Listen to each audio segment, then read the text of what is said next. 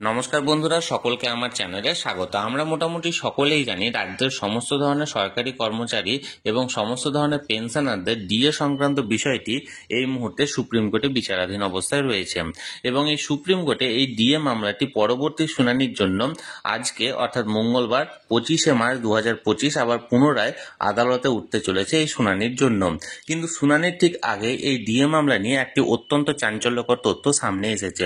কি সেই তথ্যতে কি কি বলা হয়েছে সকল কিছু আজকের ভিডিওতে বিস্তারিতভাবে আলোচনা করব।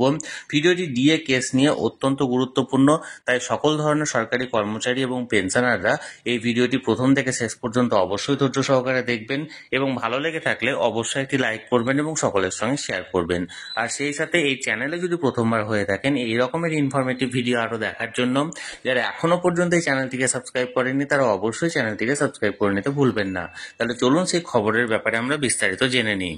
দেখুন, আমরা মোটামুটি সকলেই জানি এই ডিএ মামলাটি নিয়ে এর আগে প্রথমত কলকাতা হাইকোর্টে এই মামলাটি করা হয়েছিল এবং কলকাতা হাইকোর্ট থেকে কলকাতা ডিভিশন বেঞ্চ সকল জায়গাতেই কিন্তু সরকারি কর্মচারীদের পক্ষে রায় গেছে এবং এই রায়ের পরে রাজ্য সরকারের তরফ থেকে পুনরায় এই ডিএ মামলাটি নিয়ে সুপ্রিম কোর্টে একটা স্পেশাল লিভ পিটিশন অর্থাৎ এসএলপি দাখিল করা হয়, যার ডায়েরি নাম্বারটা ছিল 35292/2022 অর্থাৎ 2022 সালে এই ডায়েরিটি করা হয়েছিল 23 নভেম্বর 2022 সালে এবং এই 23 নভেম্বরের পর পরবর্তী প্রায় 14-15টা শুনানি হয়েছে বিগত দিনে এবং 14-15টা শুনানিতে প্রতিবারই কিন্তু মানে সময়ের অভাবে বা কোনো না কোনো কারণে মামলাটি শুনতে চাননি মাননীয় বিচারপতিদ্বয় এবং বর্তমানে অর্থাৎ আজকে এই মামলাটি পুনরায় উঠতে চলেছে অর্থাৎ 25/3/2025 পুনরায় উঠতে চলেছে, যার ক্লজ নাম্বার হচ্ছে 44 এবং honourable mister justice Sanjay Karol এবং অনারেবল মিস্টার জাস্টিস মনোজ মিশ্রের এজলাসে, অর্থাৎ এই মাননীয় দুজন বিচারপতির এজলাসে মামলাটি উঠতে চলেছে,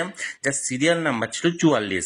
এর আগে যে হিয়ারিংটা ছিল অর্থাৎ গত 7 জানুয়ারি 2025 এই হিয়ারিংয়ে মাননীয় বিচারপতিদ্বয় এই মামলাটি কিন্তু শোনেননি সময়ের অভাবে এবং সেই সময় অর্থাৎ সেই হিয়ারিংয়ে এই মামলাটির সিরিয়াল নাম্বার ছিল 45 এবং বর্তমানে আজকের হিয়ারিংয়ে সিরিয়াল নাম্বারটি একটি এগিয়ে এসছে অর্থাৎ সিরিয়াল নাম্বারটি হলো 44 এবং নতুন দুজন বিচারপতি এসেছেন অর্থাৎ মাননীয় বিচারপতি সঞ্জয় কারোল এবং মাননীয় বিচারপতি মনোজ মিশ্র।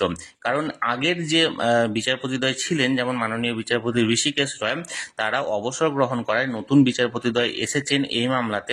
এখন এই বিচারপতিদ্বয় এই মামলাটি একটি শুনানিতেই শুনে এটার কোনো ফায়সালা বা রায় দেবেন না পরবর্তী আবার কোনো ডেটের জন্য সেটাকে আবার এক্সটেন্ড করবেন সেটা এখনো পর্যন্ত বলা যাচ্ছে না। তবে এখনো পর্যন্ত যেটুকু বোঝা যাচ্ছে যে দুপুর 2টো থেকে 3টের মধ্যে কিন্তু এই মামলাটি উঠতে চলেছে আজকে এবং সিরিয়াল নাম্বার হচ্ছে 44। এখন আমি সবসময়ই চোখ রেখেছি যে কোনো আপডেট পাওয়া মাত্র আপনাদের সঙ্গে সেটা শেয়ার করার জন্য, তাই যে কোনো আপডেট এলেই আমি সেটা তৎক্ষণাৎ এই চ্যানেলের ভিডিওর মাধ্যমে আমি শেয়ার করে দেবো। তাই যারা যারা এখনো পর্যন্ত এই চ্যানেলটিকে সাবস্ক্রাইব করেনি অবশ্যই চ্যানেলটিকে সাবস্ক্রাইব করে চ্যানেলটির সঙ্গে যুক্ত হয়ে যান।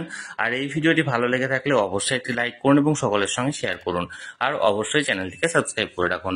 ধন্যবাদ, দেখা হচ্ছে পরের ভিডিওতে।